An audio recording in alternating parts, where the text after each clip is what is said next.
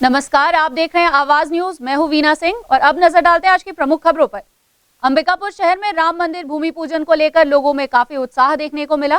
बुधवार की शाम लोगों ने घरों में दिए जलाकर और पटाखे फोड़कर खुशियां मनाई। शहर में दिवाली जैसा माहौल था और नजारा देखने लायक था। गली मोहल्ले दीपक की रोशनी से जगमगा उठे थे।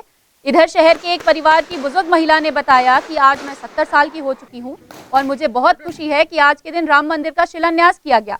मैं इस बात को कभी नहीं भुला सकती। आज के दिन का बहुत महत्व देती हूँ और बहुत आनंदित हूँ कि मेरे जन्मदिन के दिन परम पिता ने इतना आशीर्वाद दिया है और इतना शुभ काम हो रहा है, इसके लिए मैं हृदय से धन्यवाद देती हूँ।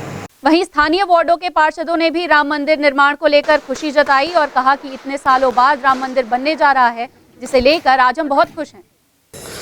आज हमारे पुरुषोत्तम रामचंद्र जी का भव्य अयोध्या नगरी में उनका पूजन कर शिलान्यास किया गया। उसको लेके आज पूरे देश में बहुत ही खुशी की लहर है और हम यह गरिमा मैं पूर्ण पल को बहुत ही आनंद पूर्ण से इस पल को हम सभी व्यतीत कर रहे हैं। कर्ज का बोझ ऐसा कि एक इंटरनेशनल खिलाड़ी को खेत में रोपा लगाने के लिए मजबूर होना पड़ रहा है। माता पिता ने बेटी के सपने को पूरा करने के लिए कर्ज तो ले लिया, लेकिन अब मजबूरी ऐसी कि कर्ज चुकाने के लिए खिलाड़ी बेटी को खेतों में काम करना पड़ रहा है। कैसे एक इंटरनेशनल खिलाड़ी कर्ज के बोझ तले अपने खेल से दूर होती जा रही हैं, देखिए इस खास रिपोर्ट में।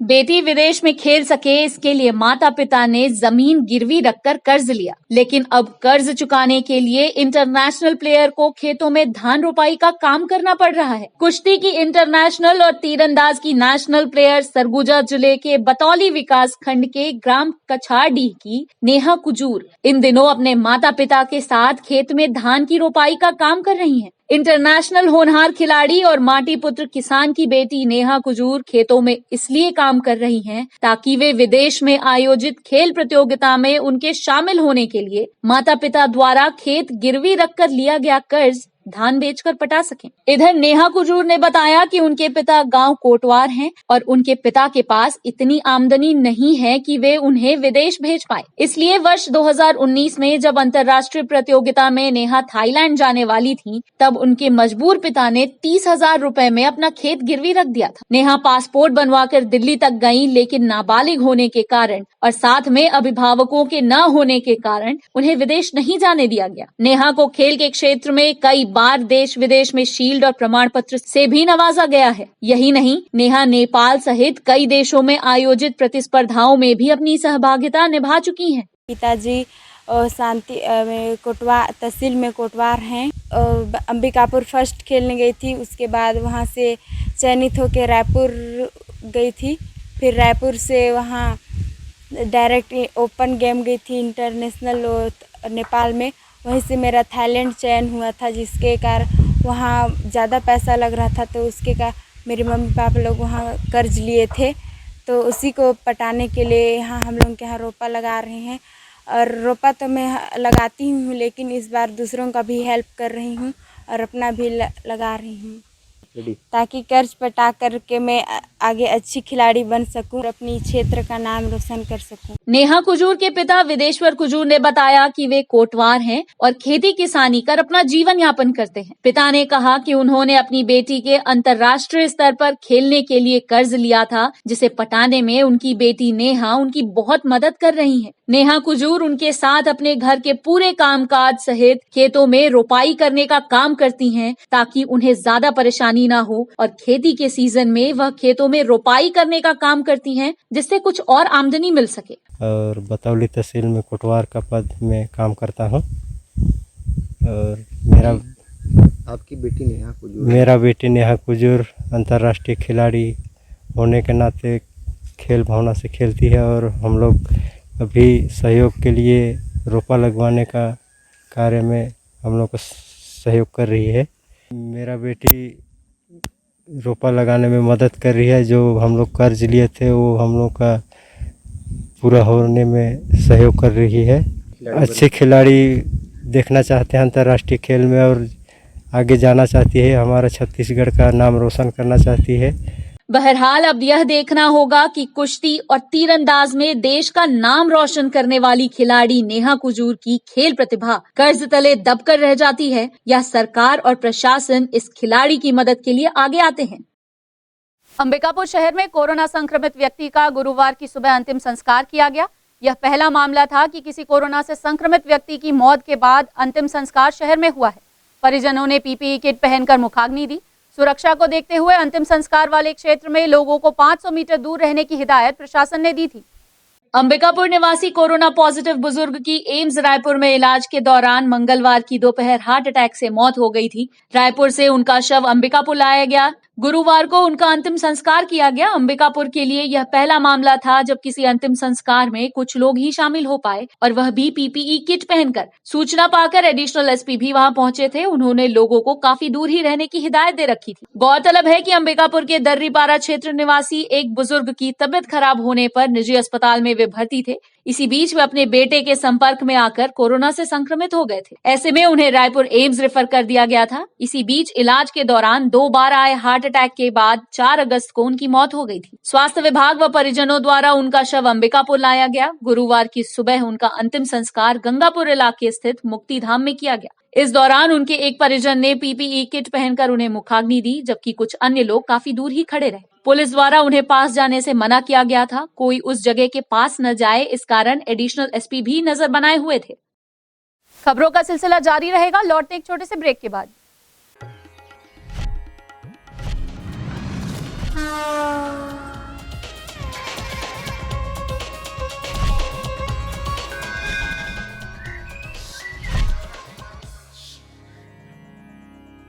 अंबिकापुर में सबसे सस्ते और unlimited high speed internet connection के लिए आज ही संपर्क करें। Vande Mahamaya cable network, Alaknanda complex, प्रथम तल, अग्रसेन चौक, अंबिकापुर, सरगुजा, छत्तीसगढ़।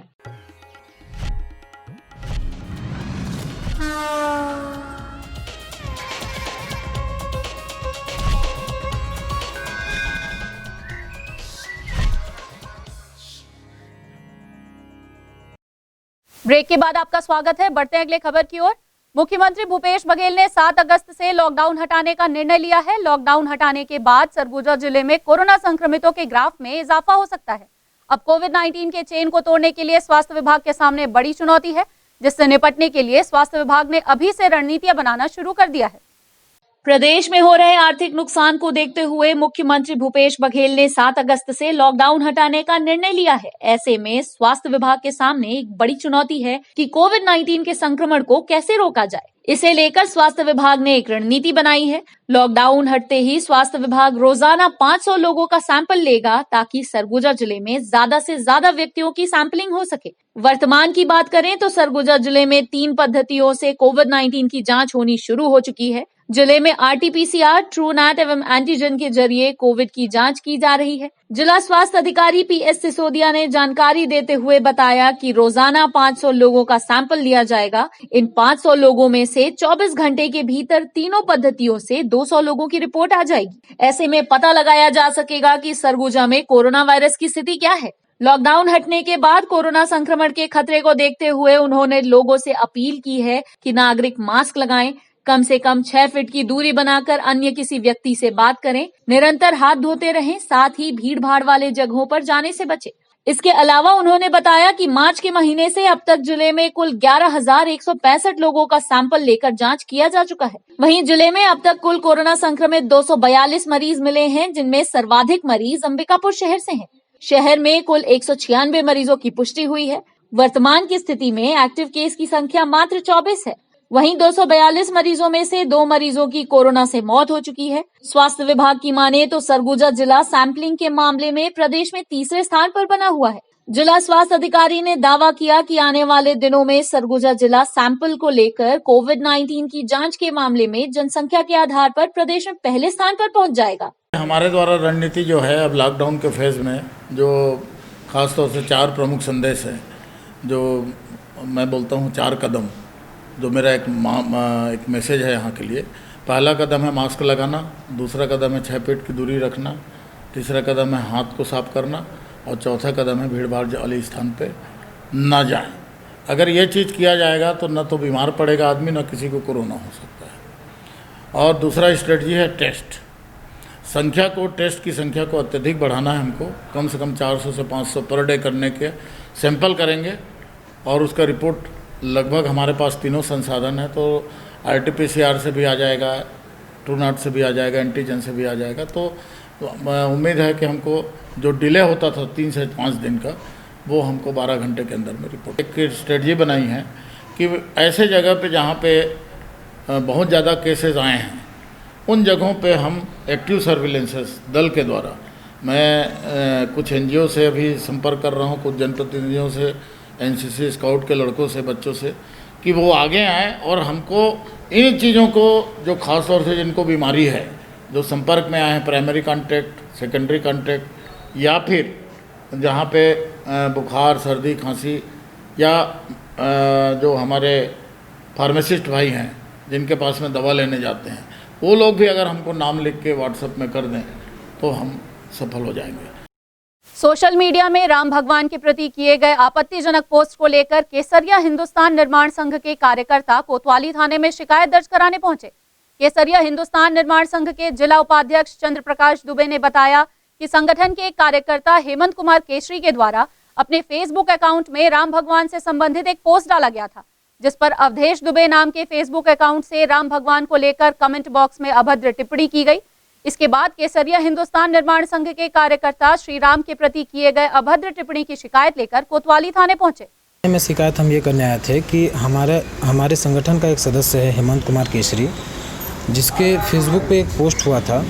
इसने जय श्री राम का नारा लगा करके अपना फ़ोटो एडिट करके एक वीडियो बना करके पोस्ट किया था, और उस पोस्ट पे अवधेश दुबे नाम का एक व्यक्ति है जिसने बहुत ही अभद्रतापूर्वक और क्रूरता से श्री राम का नाम ले करके उनको गाली गलौज करके कमेंट किया। उसी को हम लोग यहाँ पे FIR दर्ज करवाने के लिए उसके नाम पे आए थे। प्रार्थी हेमंत कुमार केसरी के रिपोर्ट में लिखित उल्लेखित तथ्यों के आधार पर धारा 153 का, 295 का, 505 भारतीय दंड विधान के तहत अपराध पंजीबद्ध की जा रही है। छत्तीसगढ़ शासन के महत्वाकांक्षी गोधन न्याय योजना के तहत पशुपालकों द्वारा गौठानों में बेचे गए गोबर की राशि का वितरण किया गया। लुंड्रा विधायक डॉक्टर प्रीतम राम, जिला पंचायत अध्यक्ष मधु सिंह सहित अन्य जनप्रतिनिधियों की उपस्थिति में आज जनपद पंचायत लुंड्रा के अंतर्गत ग्राम पंचायत करौली के गौठान में राशि का वितरण किया गया। लुंड्रा जनपद में गोधन न्याय योजना की शुभारंभ तिथि 20 जुलाई से 1 अगस्त तक कुल 475.96 क्विंटल गोबर की खरीदी की गई थी, जिसमें 2,807 पशुपालक हितग्राहियों को 95,192 रुपए की राशि का भुगतान उनके खाते में किया गया। आज बैंक सखी द्वारा ये राशि निकालकर गौठान में ही भुगतान किया गया। बलरामपुर जिले के चांदो वन परिक्षेत्र के ग्राम पंचायत पुटसुरा में नीलगाय के शिकार का मामला सामने आया है। इस मामले में वन विभाग की टीम ने तत्काल कार्यवाही करते हुए 21 लोगों को गिरफ्तार किया है। बलरामपुर जिले के चांदो वन क्षेत्र अंतर्गत ग्राम पंचायत पुटसुरा में नीलगाय के शिकार करने का मामला सामने आया है। वन विभाग ने मामले में कार्यवाही करते हुए 4 मुख्य आरोपियों सहित 21 अन्य लोगों की गिरफ्तारी की है। आरोपियों के पास से वन विभाग ने भरमार बंदूक भी बरामद की है। आरोपियों ने बंदूक से नीलगाय का शिकार किया था। वन विभाग की टीम ने आरोपियों के पास से 4 भरमार बंदूक सहित धारदार हथियार बरामद किए हैं। वन विभाग के अधिकारियों ने बताया कि उन्हें नीलगाय के शिकार किए जाने की सूचना मुखबिर से प्राप्त हुई थी। सूचना मिलते ही बलरामपुर और चांदो वन परिक्षेत्र की संयुक्त टीम आरोपियों की तलाश में जुट गई। वन विभाग की टीम ने हथियारों से लैस 4 आरोपियों को पहले गिरफ्तार किया। आरोपियों की शिनाख्त भोला अगरिया, पवन सिंह, जोखू राम एवं लोधमा के रूप में हुई। आरोपियों से पूछताछ में पता चला कि 17 अन्य लोग हैं जिन्होंने नीलगाय के शिकार करने में सहयोग किया था। वहीं सभी आरोपियों को वन विभाग की टीम ने कार्यवाही करते हुए जेल में दाखिल कर दिया है। ये पता चला मुखबिरों के द्वारा कि अवैध शिकार हुआ है नीलगाय का, तो मुखबिर के द्वारा और उसमें घर पकड़ में मतलब 4 बंदूकें जब्त हुआ है। हथुआ, परसुल, टांगा, डंटा सब जो है जब्त किए गए। हाँ, वन प्राणी संरक्षण अधिनियम 1972 की धारा 9, 34, 39, 10, 50, 51 और 52 और 57 कुल अपराधी 21 हैं। राजपुर निवासी कार सेवक गौरी शंकर अग्रवाल ने 24 वर्ष पुरानी लाल कृष्ण आडवाणी द्वारा निकाली गई रथ यात्रा की तस्वीरें आज भी संजोकर रखी हैं। उन ऐतिहासिक पलों को याद कर उन्होंने अपनी यादों को साझा किया है।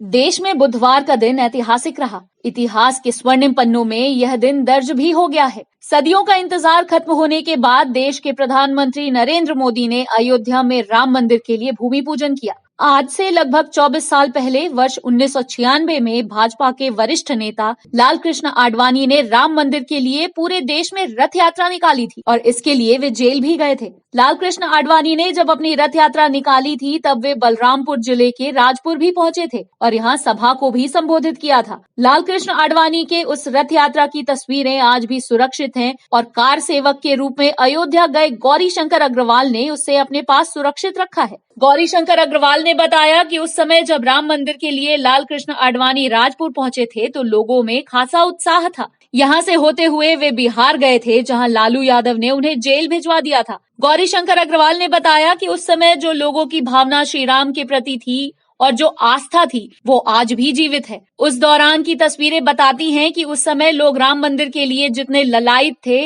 वो लालसा आज पूरी हो गई है। उन्होंने बताया कि वर्ष 1991 में भाजपा के आह्वान पर उन्होंने गांव-गांव में रामशिला का पूजन भी करवाया था। उस समय वे भाजपा के मंडल अध्यक्ष थे और जनपद के उपाध्यक्ष भी थे। कार सेवक के रूप में यहाँ से 10 लोगों की टीम अयोध्या गई थी जहाँ उन्होंने बालू और ईंट भी ढोया था। उन्होंने लाल कृष्ण आडवाणी के उस राम मंदिर के रथ यात्रा की यादों को साझा करते हुए बताया कि उस समय जो भाजपा ने मुहिम छेड़ी थी उसे देश के प्रधानमंत्री नरेंद्र मोदी ने पूरा कर दिया। इसके लिए उन्होंने प्रधानमंत्री का धन्यवाद दिया है। सन 1991 में यहाँ रामशिला पूजन हम लोग करवाए थे गांव-गांव में और ये हमारा आरएसएस राष्ट्रीय आरएसएस द्वारा निर्धारित है कार्यक्रम।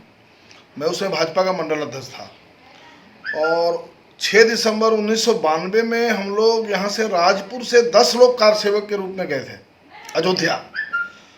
हम लोग बहुत बड़े अपने आप को भाग्यशाली समझते हैं कि हमें सौभाग्य प्राप्त हुआ कि रामलला को आज़ाद कराने के लिए हम लोग जो बाबरी ढांचा था उसको ध्वस्त कराने में वहाँ हम लोग का योगदान हुआ और वहाँ पर हम लोग सवेरे बालू भी ढोए, शिलान्यास भी किए हैं और अपने जान जोखिम डाल के हम लोग 10 आदमी गए थे और वापस आए। आज हम लोगों को बहुत सुखद अनुभव हो रहा है कि हम लोग का उस समय का गया हुआ आज सार्थक हो गया और मोदी जी ने जो इतना बड़ा ऐतिहासिक कदम उठा करके और राम जन्मभूमि का जो मैंने कार्य शुभारंभ किया है इसके लिए मैं उनको बहुत बहुत बधाई देता हूँ। बुलेटिन में फिलहाल सिर्फ इतना ही। शहर से जुड़ी खबरों के लिए देखते रहिए आवाज न्यूज। इस न्यूज के स्पॉन्सर हैं वीएम इंटरनेट, अलकनंदा कॉम्प्लेक्स, प्रथम तल, अग्रसेन चौक, अंबिकापुर, सरगुजा, छत्तीसगढ़।